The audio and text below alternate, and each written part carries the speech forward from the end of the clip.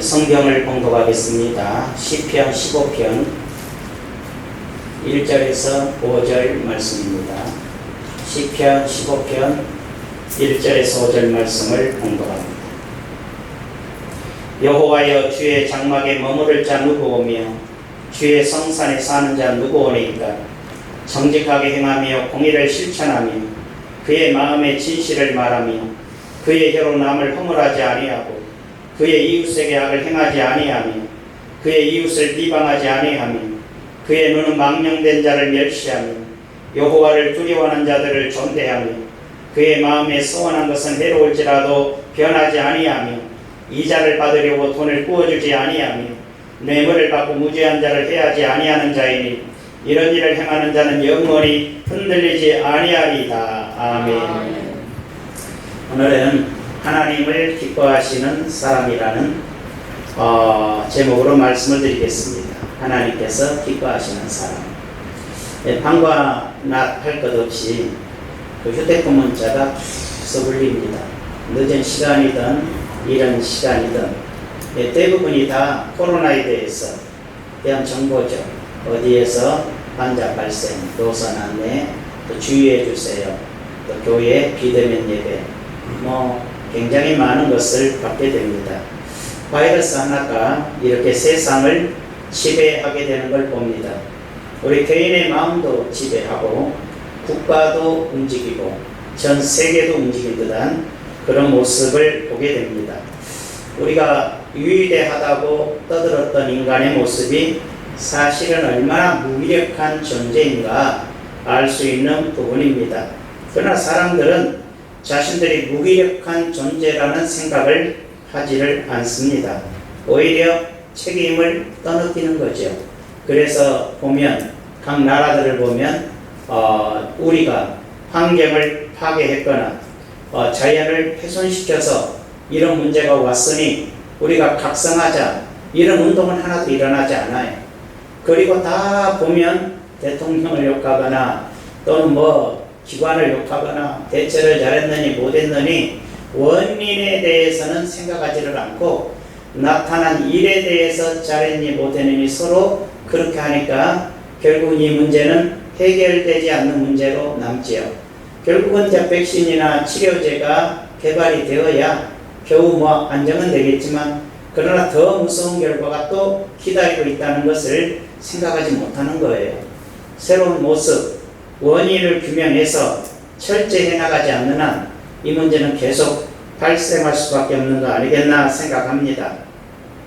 이러한 마음을 가지고 또 우리가 주일을 맞이하게 됐습니다. 많은 교회들이 우리나라에서 국가가 교회를 탄압한다고 난리를 치기도 합니다. 사랑제일교회 사태를 또 광화문 집회 이런 문제들도 단순히 핍박이라고 생각하는 사람들이 꽤 많습니다.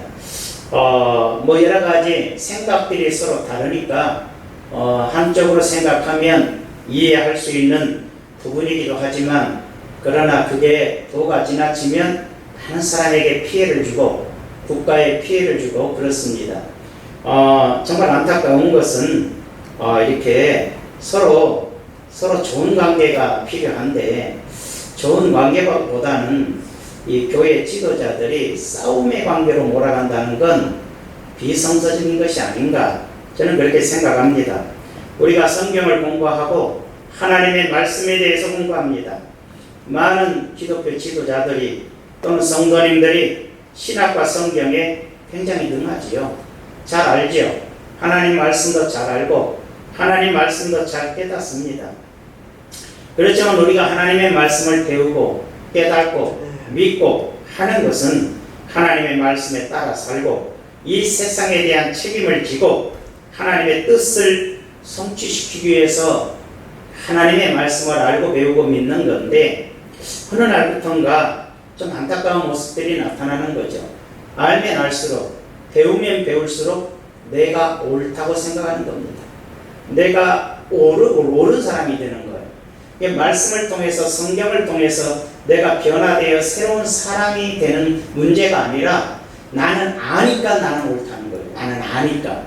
이게 아주 잘못된 배움이고 배운 사람들이 성경이 아닐지라도 이 세상 과학이 됐든 뭐가 됐든 학문이 됐든 배운 사람들이 내가 지식이 있고 알고 있으니까 내가 옳다라는 생각, 이것이 바로 그 사람을 멸망의 길로 이끌어가는 거고 사회를 파괴시키는 결과를 가져온다는 것을 깨닫지 못하는 것 같습니다. 하나님을 믿는 것은 지옥에 가지 않기 위한 것도 있지만 이 세상에서 하나님의 자녀다운 의로운 삶을 살기 위함이라는 것을 분명히 깨달아야 돼요. 그러니까 우리가 예수 믿는 것 천국 가기 위함이도 되지만 그게 하나가 아니죠. 이 땅에서 하나님의 자녀답게 참으로 올바르게 살고 하나님의 뜻을 성취하는 모습으로 살아가기 위해서 우리가 하나님을 믿는 것이지요. 우리가 하나님을 믿고 하나님을 배우는 사람들이 많이 배우고 알고서 잘못되게 나타나는 것이 교만해지는 현상이지요. 교만해지면 분별력을 잃어버려요. 분별력을 잃으면 성경 말씀으로 자기가 하나님의 자리에 앉아요. 그래서 하나님의 말씀은 하나님의 것이잖아요. 곧 하나님의 말씀은 하나님의 거예요. 그래서 하나님이 우리를 다스리고 우리의 변화를 촉구하시고 이끌어가는 것인데 내가 배우고 또 배우고 나니까 알게 되니까 내가 하나님이 돼서 이 말씀을 가지고 하나님처럼 행동해요. 이게 인간의 교만이고 영적인 교만이 된다는 것이죠. 하나님의 자리에 앉아서 하나님의 말씀을 알고 나서 내가 변화되고 겸손하고 낮아지고 순종하며 빛된 사람이 되는 것이 아니라 어느 날 내가 하나님의 자리에 앉아서 다른 이들을 판단하고 다른 이들을 심판하고 다른 이들을 정죄하고 성경을 들어서 저 사람 봐봐 틀렸잖아, 이 말씀 봐봐 틀렸잖아, 이렇게 살아요. 옳은 것 같은데 자기가 하나님이라는 거죠. 누구에게나 있어요. 누구에게나 그런 마음들이 있는데 이 마음이 얼마나 무서운 결과를 가져오는 걸 알잖아요. 인간관계 파괴시키고 사람과 사람과 갈등이 오게 하고 자기 자신은 교만해지고 자기 자신은 변화도 안 됐으면서 자기가 의로운 사람도 있잖아요. 이게 얼마나 무서운 결과를 초래합니까?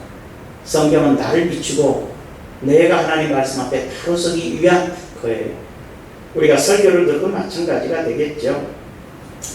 그러나 우리가 성령을 통하여 따라서 사는 것 굉장히 중요한데 로마서 8장 4절을 보면 육신을 따르지 않고 영을 따라서 사는 우리에게 율법의 요구가 이루어지게 하게 하심이라 했어요.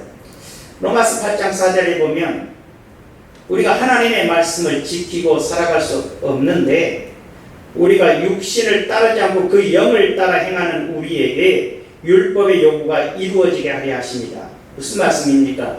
우리가 내 생각, 내 판단, 지식이 아니에요.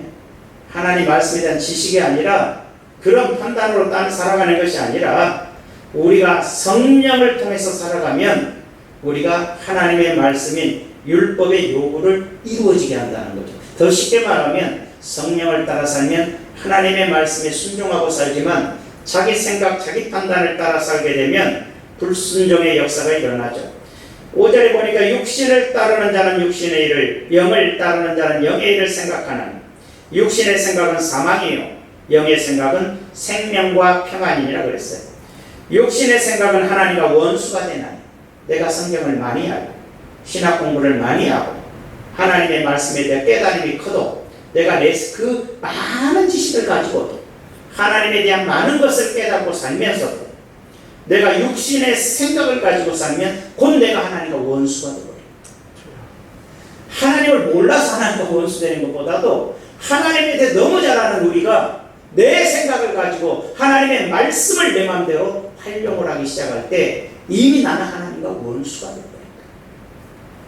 이는 하나님의 법에 굴복하지 아니할 뿐 아니라 할 수도 없음이라. 8절에 보니 육신에 있는 자들은 하나님을 기쁘게 할 수 없느니라. 오늘 제목이 하나님을 기쁘시게 하는 사람인데 하나님을 기쁘시게 할 수 없는 사람이다 이 말이에요. 그게 뭐냐? 자기 생각으로 사는 사람이다. 자기 생각. 예수님을 믿어도 자기 생각대로 살고 성경을 100번을 읽어도 자기 생각으로 판단하고 사는 것이 하나님과 원수가 되고 하나님을 기쁘시게 할 할 수가 없다는 거예요. 오늘 성경의 내용은 뭡니까? 시편 15편은 다윗의 기도잖아요. 다윗이 기도합니다.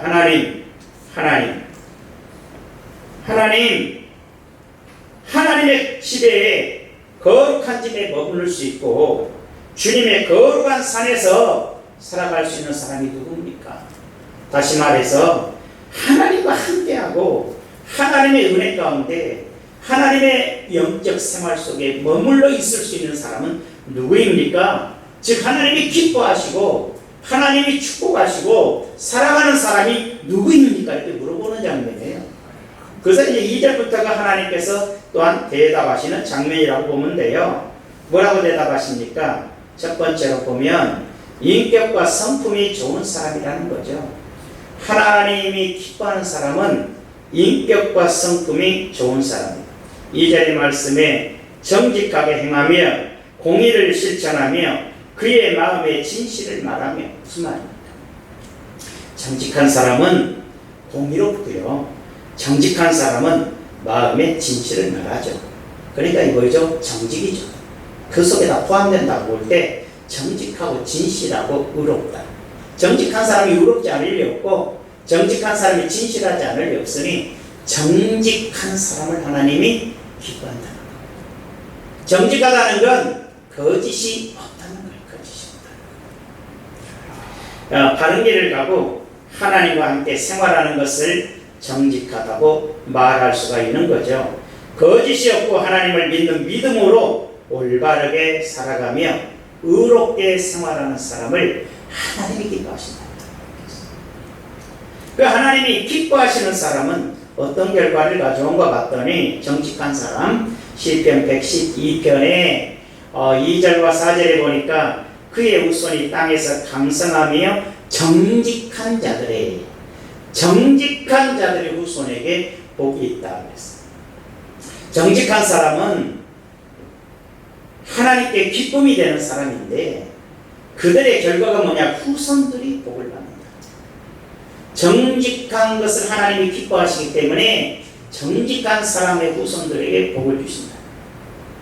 그리고 뭐라 하십니까? 부와 재물이 그의 집에 있으며 그랬어요. 부요한 복을 주신다.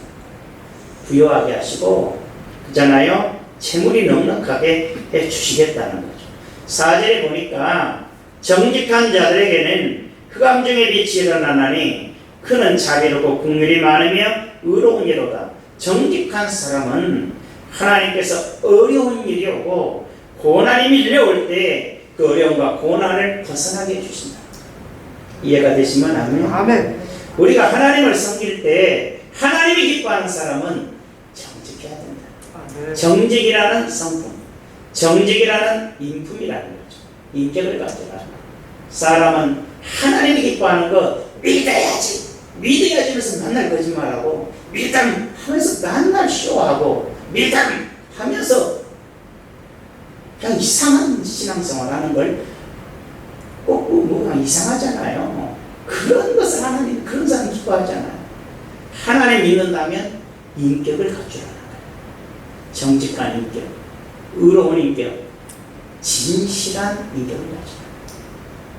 그래야 하나님께서 그 사람을 기뻐하시고 그 사람들과 그 사람의 후손에 이르기까지 하나님이 돌보시고 지키시고 복을 주신다는 거예요. 우리 정직해집시다. 우리 기독교인들은 정직한 사람이 돼야 된다 그래요. 그리고 한국교회 실정이 다는 아니지만 목사가 정직합니까? 장로가 정직합니까? 기독교인들이 정직합니까? 정직하시지요. 그러나 반대로 너무나 많은 사람이 거짓되고 사기치고 악을 행하고 돈독에 오르고 돈에 미치고 이렇게 사는 게 우리의 모습이잖아요. 이게 회개가 돼야 된다. 이게. 두 번째로 하나님께서 기뻐하는 사람은 어떤 사람이냐? 언어를 올바르게 사용하는 사람이라고 이렇게 했어요. 3절에 보니까 그의 혀로 남을 허물하지 아니하고 그의 이웃에게 악을 행하지 아니하며 그의 이웃을 비방하지 아니하며. 제발 부탁하건대 예배당에 계신 분이나 가정에서 화면을 보고 지금 설교를 들으시는 분이나 꼭 깨달아야 될 게 뭐냐면 말을 잘해라는 거예요. 말을 잘해라. 그의 혀로 남의 허물을, 그 말로서 남의 허물을 들추고 그 이웃에게 악을 행하고 그 이웃을 비방한다면 안 된다는 거죠. 우리 기독교인들의 말이 얼마나 거칩니까? 종교 지도자들의 말에 욕이 얼마나 많고 저주가 많고, 뭐 비난하기는 싫어도 뭐 집회하면서 기독교인들이 수만 명 모여서 집회하면서 얼마나 악한 말을 하고 상대방을 저주하고, 이게 기독교입니까? 성도들도 마찬가지. 이웃을 비난하지 않는 것은 하나님께서 굉장히 기뻐하십니다. 누구나 다 비난하기는 쉬워도 칭찬하기는 어려운데, 비난하지 아니하고 반대로 오히려 이웃을 칭찬해주고 이웃을 언어로서 지켜준다면 그게 하나님이 기뻐하는 사람이에요. 우리가 가만히 보면 내가 그렇게 못 살았구나 싶은 거죠. 근데 한 번 이 자리에서 못 살았구나 이렇게 생각하는 게 문제가 아니라 변해야 돼요. 변해야 돼요. 변하지 않으면 소용없어요. 누구나 그래 하지 말고 변해야 돼요. 다른 사람을 비방하기 전에 자기 혀를 깨물으라는 말이 있어요. 입에서 비방이 나오려 그러면 혀를 깨물으라는 거예요. 참으라는 거예요. 사람은 비방하고 싶은 마음이 가득해. 누구나. 남이 장점을 볼 때는 고개를 숙이고 남의 허물을 보면 고개를 들고 비방을 한단 말이에요. 이게 사람이란 존재가 힘들지만 죄를 덮어주고 허물을 감싸주고 자기에게 고통을 준 사람에게까지라도 용서할 줄 안다면 그게 정말 하나님의 기쁨이 되는 사람이라는 거예요. 여러분, 우리 어느 생활 잘 올바르게 해서 하나님께 기쁨이 되기를 축복합니다. 아멘. 세 번째로 사람과 하나님과의 관계가 올바른 사람. 사람과 하나님과의 관계가 올바라야 돼. 사람과의 관계도 올바라야 되고 하나님과 관계도 올바라야 돼요. 4절에 보면 그의 눈은 망령된 자를 멸시하며 여호와를 두려워하는 자들을 중대하며 그 마음에 소원한 것은 해로울지라도 변하지 아니하며. 무슨 뜻입니까? 망령된 자를 멸시한다는 건 욕하고 막 멸시하고 이런 게 아니라 망령된 자들과는 관계를 맺지 않아야 된다. 망령되다는 건 뭐예요? 분수를 모르고 함부로 행동하고 함부로 처신하고 악을 행하는 자들이지요. 잘 보세요. 무슨 일을 행할 때 상대방을 공격하고 비방하고 정죄하면 어떤 현상이 일어나요? 가정에서 아내가 남편을 정죄하고 공격하고 비난하고 잘잘못을 따지면 남편이 계속 실수를 해요. 아니, 악한 짓 하는 거 말고 사사로운데도 좀 노골적으로 얘기합시다. 우리 기독교가 지금 들고 일어나서 대통령을 욕하고 저주하고 그냥 저는 별로 안 들어요. 얼마나 심한 욕과 저주를 하든지 이건 상상할 수 없는데, 그렇게 하면 상대방이 어떻게 되죠? 두 가지가 나타나죠. 긴장하기 마련입니다. 그러면 일을 해나가는데 실수를 하게 돼요. 조급해지고요. 아십니까? 당연한 거 아니에요? 교인과 교인과의 관계도 그러고 단체와 단체와의 관계도 그러는 거예요. 야당이 여당을 너무 심하게 몰아치면 여당이 실수를 하게 되죠. 긴장하게 되니까 조급해지고, 그래서 국민의 여론을 몰고 가면 조급해져서 정책을 하는데 자꾸 잘못된 정책이 나와요. 그러면 그걸로 인해서 우리 미련한 국민들은 또 이쪽으로 밀어줬다 저쪽으로 밀어줬다. 이게 정치가 그래서는 안 된다는 거죠. 상대방의 실수를 덮어주고 조언을 해주고 좋은 친구가 되어주고 서로 마음을 나눠주면서 일을 해나가면서 옳고 그름을 바로 세워준다는 것은 실수를 막아주고 국민을 평안하게 하고 정책을 올바르게 가게 해주는 거예요. 사람과 사람과의 관계에서도 그 어떤 상황에서도 상대방을 공격하고 비난하고 저주하면 실수 안 할 사람이 어디 있겠어요? 그다음 뭐가 나와요 또? 방어가 나와요. 방어가. 방어를 하게 돼 있어서 싸움이 돼요. 상대방의 허물을 받고 죄를 공격하게 돼 있다는 거예요. 그래서 싸움이 돼요. 그리고 잘못된 것에 대해서 뭐라 그래요? 변명을 하게 돼요. 집안에서 해보세요. 둘이 싸우면서 막 공격해보세요. 아내가 남편 공격해보세요. 남편이 변명하게 돼요. 계속 떼는 거예요. 그렇게 합니다. 남편이 드세갖고 아내를 계속 공격해보세요. 아내가 계속 변명하게 돼요. 옳이 말이 아닌 거예요. 그러면 자꾸 실수하게 돼요. 서로. 개인도 그러고 나라도 그러고 단체도 그러고 모든 게 그래요. 하나님의 뜻이 아니에요. 사람과 사람과의 관계가 올바라야 되죠. 잘못된 거에 대해서는 분명히 거리를 두어야 되지만 좋은 길을 가는 데 있어서 다르게 가야 되죠. 어떻게 해야 될까요? 나쁜 친구들, 나쁜 사람들은 사귀지 말아야 되겠죠. 자기는 좋은 사람인 척 나쁜 사람들을 사귀면서 저놈의 자석들은 내가 없으면 다 망할 놈들이요. 그렇게 하는데 똑같은 인간인 거예요. 사람을 볼 때는 친구를 보면 아는 거예요. 그 사람의 친구가 어떠냐를 보면 그 사람이 바로 그 사람이에요. 내 친구들이 다 썩은 인간들 같으면 나도 썩은 인간인 거지 다를 게 없는 거죠. 그래서 망령된 자들을 멸시한다는 뜻은 그렇게 잘못된 인생을 살아가는 자들과는 거리를 둬야 될 거 아닙니까? 올바르고 똑바르고 바른 인생을 사는 사람과 친구가 되어 있다면 역시 그 사람 역시 바른 인생을 사는 사람이 분명하다는 얘기예요.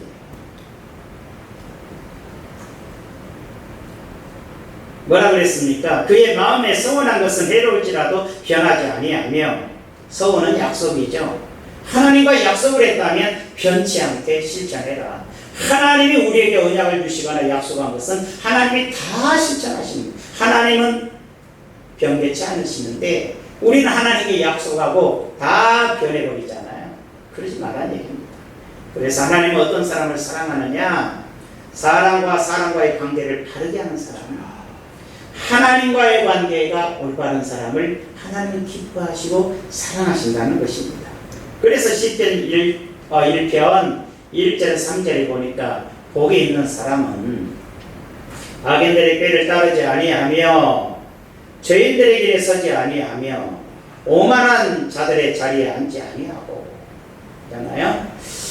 그냥 넘겨보면 2절로 가보면 오직 여호와 율법을 즐거워하여 그의 율법을 지하로 묵상하는 자로다. 그는 시냇가에 심은 나무가 철을 따라 열매를 맺으며 그 잎사귀가 마르지 아니함 같으니 그가 하는 모든 일이 다 형통하리로다. 무슨 말씀입니까? 복이 있는 사람은 악인들의 꾀를 따르지 않고 죄인들의 길에 서지 아니하고 오만한 자들의 자리에 앉지 아니한다. 즉 망령된 자들과 가까이 하지 않는다. 망령된 인생을 살아가는 자들과 가까이 하지 않고 하나님의 말씀을 즐거워해서 그 말씀을 생각하고 사는 사람이다. 그럼 어떤 결과가 오는가? 시냇가에 심은 나무가 철을 따라 열매를 맺고 그 잎사귀가 마르지 아니함 같으니 그가 하는 모든 일이 다 형통할 것이다. 여러분 인생을 살아갈 때 잘 되는 길이 있다는 거예요. 그게 뭐냐? 인간관계가 올바른 것. 인간관계가 올바르다는 건 잘못된 인생, 악한 자들과 같이 하지 말아라는 거예요. 저주하는 뜻도 아니고 욕하는 뜻도 아니고 가까이 하지 마요. 관계를 끊고 하나님의 말씀을 따라 바른 인생을 살더라는 뜻이죠. 그래야 잘 된다. 마지막으로 물질 관계가 올바른 사람을 하나님이 기뻐하세요. 여러분 세상은 다 돈의 관계예요. 코로나 문제도 지금 이게 어떻게 할 수 없는 게 막을 수 있겠죠. 다 차단하면 뭐 중국처럼 저기 뭐 어떤 베트남처럼 완전 차단하면 별로 발생 안 하겠지만 그렇게 하면 경제가 다 망가져. 그러니까 정부에서 얼마나 애쓰고 있겠어요. 지금 상상해 보세요. 이거 뭐 우리나라 대통령이 코로나를 만들어냈습니까? 아니면 우리 민주당이 만들어냈습니까? 어디가 만들어낸 게 아니잖아요. 우리 인간이 환경을 파괴함으로써 나타나는 일종의 현상이고 앞으로 계속될 현상이에요. 그 환경을 새롭게 하지 않은 이상은. 그냥 그렇게 만들어 놓은 것을 현 정부가 국민들을 위해서 어떻게든지 막아보겠다고 몸부림치는 거예요, 사실은. 종교심도 좋고 주일 성수라는 큰 소리 치는 것도 좋아요, 교회가. 주일 성수는 구약시대 때는 안식의 개념이었습니다. 그래서 안식일이라고 그랬죠. 그 이유가 뭐예요? 쉼을 중심으로 했어요. 휴식을 중심으로 했어요. 그날은 쉼의 개념이었고, 그러나 현대에 와서는 예수 그리스도의 십자가의 죽음과 부활을 통하여 거룩한 성일의 예배의 중심으로 바뀐 거죠. 주일 성수란 예배의 개념을 가져요. 굉장히 그래서 예배를 중요시 여기는 건데, 예수님 말씀하셨어요. 사마리아 성에 갔을 때 수가성 여인에게 어디서 예루살렘에서 예배를 드리지 하지 않습니까? 라고 말할 때 그렇지 않다고 그랬어요. 신령과 진정으로 예배를 드리는 거예요. 사실 이게 보면 장소가 문제가 아니라, 지금 예배당에 앉아서 헛된 생각하고 헛된 판단하고 딴 생각하고 잠만 자다 가는 게 예배겠습니까? 예배당에 앉으면 예배입니까? 그렇지, 하다못해 가정에 있을지라도 지금 온 마음을 다하여 하나님께 기도하고 온 마음을 들여서 말씀에 경청하며 하나님의 뜻을 생각하며 아버지의 뜻을 위해 살기로 결심하며 예배하는 심령이라면 그게 곧 예배라는 거. 신령과 진정으로 예배하는 게 예배예요. 물론 장소도 중요한 건 인정하지만 이런 상황에서 신령과 영적인 면이 더 중요시 여기는 것은 사실이에요. 예배당에 모이는 것은 성도의 교제와 사랑을 통하여 하나님의 영광과 전도와 사역을 위한 것이 더 강해요. 그러나 이런 상황에서 그 할 수 없는 거잖아요. 그런 거. 그때는 나와 주님과의 성실한 관계에서는 신령과 진정한 마음의 예배가 더 소중하다는 걸 인정해야 돼요. 자, 물질 문제인데 넘어갑시다. 이자를 받으려고 돈을 구워주지 아니하며 뇌물을 받고 무죄한 자를 해하지 아니하는 자인이 이런 일을 행하는 자는 영원히 흔들리지 아니하리라. 물질 문제를 딱 거론했어요. 하나님, 다윗에게 하나님. 지금 몇 가지를 얘기하면서 돈 문제를 얘기해. 내가 기뻐하는 사람, 주의 성산에 거하는 사람, 주의 거룩한 집에 거할 수 있는 사람, 하나님과 함께 할 수 있는 사람, 하나님이 지켜주는 사람은 어떤 사람이냐? 물질 관계 깨끗한 사람이다. 하나님이 얘기하십니다. 이자 받으려고 돈 꿔주지 않고, 우리 기독교인들은 이자 받으려고 돈 꿔주는 일은 절대 없어요. 하나님을 알지 못하는 자들에게 부득이 빌려주거나 어떤 관계에 있어서는 신약에서에 보면 이자를 받도록 했지만 하나님의 백성 안에서는 그 불가능해요. 성도들 간에 더군다나 한 교회 안에서 돈 빌려주고 이자 받는다? 있을 수가 없는 일이에요. 그런 관계가 우리 교회도 여러 번 있었지만 망가지지 않은 적이 있었어요. 결국은 다 깨져버려요. 우리 교회뿐이겠어요. 어느 교회나 초청을 받아서 가서 목사님과 대화해보면 그 문제로 교회가 어려움을 다 겪었어요.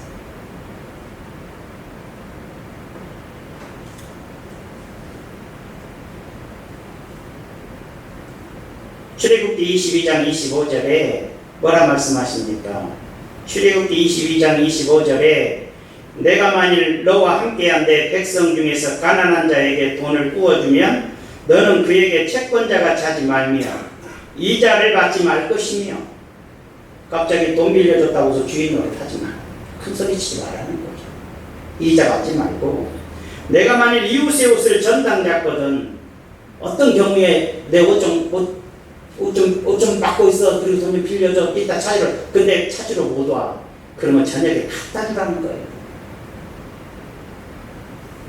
나쁜 일 하려고 그런 게 아니고 돈이 없어서 못 준 거니까 옷은 입어야 될 거 아니에요. 지금이야 옷 많지만 이 시절에는 옷 한 벌밖에 없거든요. 외투라는 게. 그래서 갖다 줘요. 그것이 유일한 옷이라 그것이 그의 알몸을 가릴 옷인즉 그가 무엇을 입고 자겠느냐? 그가 내게 부르짖으면 내가 들으리니 나는 자비로운 자임이니라. 하나님은 자비로운 하나님이다. 하나님이 자비로운 하나님이니까 늘 우리는 기독교가 이렇게 생각하는데 성도님들이 자비로운 하나님 내게 자비를 베푸소서. 그게 기독교 신앙이 되어버렸어요. 그게 아니지요. 자비로운 하나님 나도 하나님처럼 자비를 베푸면서 살겠습니다. 이게 원하시는 하나님이다. 나는 자비로운 하나님이니까 너도 남에게 돈을 부어줄지언정 이자를 받지 말고 그에게 압제도 하지 말고 옷을 저당 잡았어도 그 입자가지 안에서 돈을 주고 그 가난한 사람이 가난 때문에 너를 원망한다면 내가 너에게 얼마나 섭섭하겠냐. 내가 너에게 자비를 베푼 하나님인데 너도 자비를 베풀어야 되지 않겠어 이 말. 예수님도 말씀하셨죠. 모든 일과 내 가운데 피 흘린 일로 말미암아 내가 손뼉을 쳤나니 내가 내게 보응하는 날에 내 마음이 견디겠느냐 내 손이 힘이 있겠느냐 나 여호와가 말하였으니 내가 이루리라. 뇌물 받거나 불의를 하거나 이자를 받거나 남에게 아픔을 준다면 내가 너를 심판하겠다. 그때 네 몸에 힘이 다 빠질 거고 네 손에 힘이 사라질 거고 네 발에 힘이 사라져 버리겠는데 네가 견딜 수 있을 것 같으니 이렇게 물어보는 거예요. 하나님이 정말 싫어하시는 것이 돈 가지고 사람 괴롭히는 거예요. 돈 좀 빌려줬다고 사람 괴롭히는 거예요. 돈을 가지고 남을 압제하는 거예요. 돈 가지고 자랑하면서 남을 지배하려고 드는 거예요. 가난해 지난 것도 아니에요. 그렇지만 가졌다면 가진 자답게 사는 것이 신앙인이라는 거죠. 시편 146편 6절에서 9절을 보면 여호와는 천지와 바다와 그 중에 만물을 지으시며 영원히 진실함을 지키시며 억눌린 사람들을 위해 정의로 심판하시며 줄인 자들에게 먹을 것을 주시는 이시로다. 여호와께서는 갇힌 자들에게 자유를 주시는도다. 여호와께서 맹인들의 눈을 여시며 여호와께서 비굴한 자들을 일으키시며 여호와께서 의인들을 사랑하시며 여호와께서 나그네들을 보호하시며 고아와 과부를 붙드시고 악인들의 길은 굳게 하시는도다. 여기서 뭘 말하냐면 여호와는 이런 분이다 이렇게 얘기하는 거예요. 하나님은 나는 이런 사람이다. 천지와 바다를 지은 창조주이고 진실함을 지키는 사람이고 억눌린 사람을 위해 정의로 심판한다. 여러분 재판하면 돈 있으면 이기고 돈 없으면 지잖아요. 안 되죠. 줄인 자에게 먹을 걸 주신다. 가난한 자들에게 먹을 걸 주는 하나님입니다. 너희도 여러분 돈 빌려 한 사람 누구예요? 가난한 사람이죠. 그것도 압제합니까? 저는 솔직히 한때는 그랬어요. 한때 뭘 생각했냐면 나는 돈은 없지만 만일에 이건 많이지 나는 있을 수 없고 내가 정말 부자가 돼서 집이 여러 채가 있다면 사람들을 그냥 살게 해주고 싶다고 했어요. 제 마음이 그랬어요. 그것 갖고 막 돈 받아먹고 못 받아먹고 가난한 사람들이 그거 우리의 기도 그 안 해도 되죠. 물론 세상이 그러니까. 그렇지만 적어도 신앙인들이 집이라도 여러 채 있다면 어쩔 수 없는 상황은 없겠지만 사는데 지장 없다면 사람들이 거기 살면서 돈 벌어서 집 사갖고 할 수 있도록 도와준다면 그것처럼 하나님이 기뻐하는 일이 없겠네요. 그러면 하는 또 마음이 또 나쁠 사람들도 있고 좀 찔리는 사람이 있을 것 같아서 피하겠습니다만 하나님이 뭘 원하신가를 깊이 생각하고 행동하는 사람을 하나님이 기뻐하시고 복 주신다. 믿으시면 아멘. 그냥 그렇게 살아봅시다. 대한민국의 모든 신앙인들이 기독교인들이 그렇게 산다면 누가 교회에 돌을 던지겠습니까? 누가 이렇게 교회를 입에 거품을 불고 저주를 하겠습니까?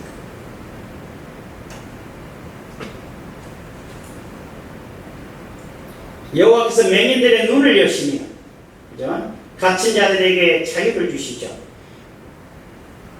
의인들을 사랑하시며 나그네를 보호하시며 고아와 과부를 붙드시며 그렇죠. 고통 속에 갇혀있는 사람 보면 도와주어서 고통에게서 벗어나도록 도와주고 오갈 데 없는 사람 좀 돌봐주고 힘들어요. 굉장히 쉽지 않습니다. 저도 살아보니까 오갈 데 없는 애들 우리 집에 잠시 며칠을 둬도 굉장히 불편하거든요. 굉장히 불편해요. 아는 애인데도 불편해요. 그렇게 하지 않을지라도 다른 방편으로 해도 돌보아주는 것이 힘들어도 피해가 돼도 돌보아주는 걸 하나님이 기뻐하시고 그런 사람을 하나님이 기뻐하신다. 어때요? 30년 믿었고 혹은 지금 50년 믿었고 또는 10년에 하나님을 만났다 했는데 주님이 기뻐할 수 있는 생활, 삶을 돌아보세요. 한 가지라도 해봤는지. 우리가 교회에다 헌금한 거 말고 헌금할 때니까 교회에서 알아서 해. 이게 아니라 그건 그거고 내가 인생 살아가면서 하나님이 정말 기뻐할 수 있는 것 작은 것이라도 오늘 생각하고 실천해보자. 하나님이 나를 기뻐하는 사람으로 인정하십시오. 내가 정말 신앙인답게 사는 모습을 타인들이 보여주려고 한 게 아니라 보여지더라고요. 이런 사람들은 하나님께 칭찬받고 상을 받기 마련입니다. 세상에서도 인정받고 사람들에게도 존경을 받습니다. 이런 사람들은 오늘 말씀처럼 뿌리 깊은 나무처럼 태풍에도 뽑히거나 상하지 않습니다. 하나님의 은혜로 구원을 얻은 것이라면 우리는 하나님의 자녀처럼 도덕적으로 올바르게 살아가야 됩니다. 도덕을 넘어서서 살아가야 됩니다. 하나님의 자녀다운 성품. 그죠? 오늘 내가 하나님께 기쁨이 되는 사람이 되려면 하나님의 자녀다운 인격, 하나님의 자녀다운 언어, 하나님의 자녀다운 가치관과 물질관을 가지고 살아감으로써 우리는 하나님의 기쁨이 되는 사람이 될 수 있다는 것이죠. 그러한 모습으로 우리가 인생을 다시 한번 살아가보기를 주의 이름으로 부탁을 드립니다. 기도합시다. 하나님,